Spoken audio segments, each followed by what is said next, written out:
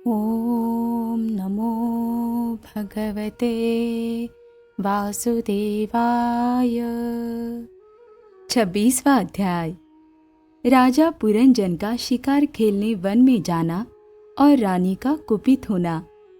श्री नारद जी कहते हैं, राजन, एक दिन राजा पुरंजन अपना विशाल धनुष, सोने का कवच और अक्षय तरकस धारण कर अपने 11वें सेनापति के साथ 5 घोड़ों के शीघ्रगामी रथ में बैठकर पंचप्रस्थ नाम के वन में गया। उस रथ में 2 ईशा दंड, बम्ब, 2 पहिए, 1 धुरी, 3 ध्वज दंड, 5 डोरियां, 1 लगाम, 1 सारथी, 1 बैठने का स्थान, 2 जुए, 5 आयुध और 7 आवरण थे। वह 5 प्रकार की चालों से चलता था तथा उसका साज-बाज सब सुनहरा था। यद्यपि राजा के लिए अपनी प्रिया को क्षण भर भी छोड़ना कठिन था, किंतु उस दिन उसे शिकार का ऐसा शौक लगा कि उसकी भी परवाह न कर वह बड़े गर्व से धनुष बाण चढ़ाकर आखेट करने लगा। इस समय आसुरी वृत्ति बढ़ जाने से उसका चित्त बड़ा कठोर और दया शून्य हो गया था। इससे उसने अपने तीखे बाणों से बहुत से निर्दोष जंगली जानवरों का वध कर डाला। जिसकी मांस में अत्यंत आसक्ति हो, वह राजा केवल शास्त्र प्रदर्शित कर्मों के लिए वन में जाकर आवश्यकता अनुसार अनिषिद्ध पशुओं का वध करे, व्यर्थ पशु हिंसा न करे। शास्त्र इस प्रकार उच्छृंखल प्रवृत्ति को नियंत्रित करता है। राजन, जो विद्वान इस प्रकार शास्त्र नियत कर्मों का आचरण करता है, वह उस कर्मानुष्ठान से प्राप्त हुए ज्ञान के कारणभूत कर्मों से लिप्त नहीं होता। नहीं तो मनमाना कर्म करने से मनुष्य अभिमान के वशीभूत होकर कर्मों में बन जाता है तथा गुण प्रवाह रूप संसार चक्र में पड़कर विवेक बुद्धि के नष्ट हो जाने से अधम योनियों में जन्म लेता है।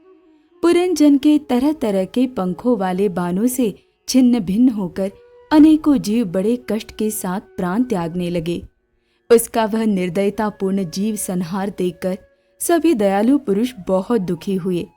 वे इसे सह नहीं सके।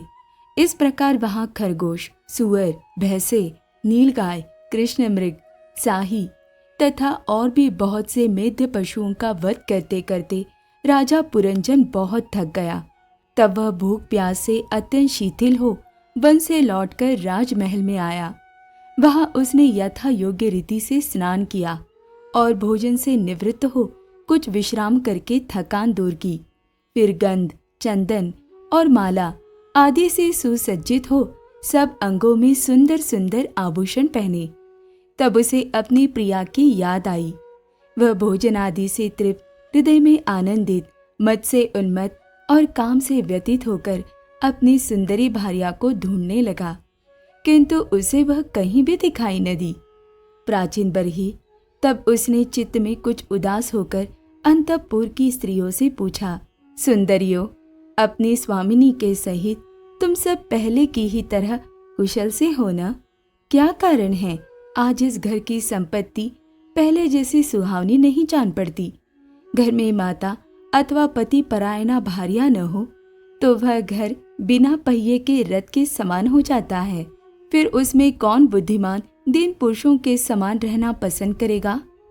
अतः बताओ, वह सुंदरी कहाँ है जो दुख समुद्र में डूबने पर मेरे विवेक बुद्धि को पद पद पर जागृत करके मुझे उस संकट से उबार लेती है?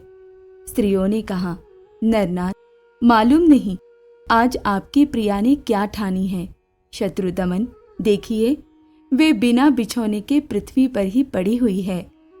श्री नारद जी कहते हैं, राजन, उस स्त्री के संग से राजा पुरंजन का विवेक नष्ट हो चुका था, इसलिए अपनी रानी को पृथ्वी पर अस्त व्यस्त अवस्था में पड़ी देखकर वह अत्यंत व्याकुल हो गया।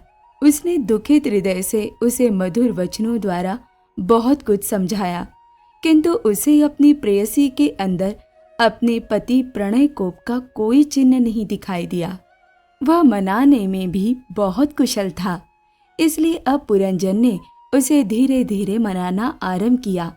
उसने पहले उसके चरण छुए और फिर गोद में बिठाकर बड़े प्यार से कहने लगा। पुरंजन बोला, सुंदरी, वे सेवक तो निश्चय ही बड़े अभागे हैं जिनके अपराध करने पर स्वामी उन्हें अपना समझकर शिक्षा के लिए उचित दंड नहीं देते। सेवक को दिया हुआ स्वामी का दंड तो उस पर बड़ा अनुग्रह ही होता है। जो मूर्ख है उन्हीं को क्रोध के कारण अपने हितकारी स्वामी के किए हुए उस उपकार का पता नहीं चलता।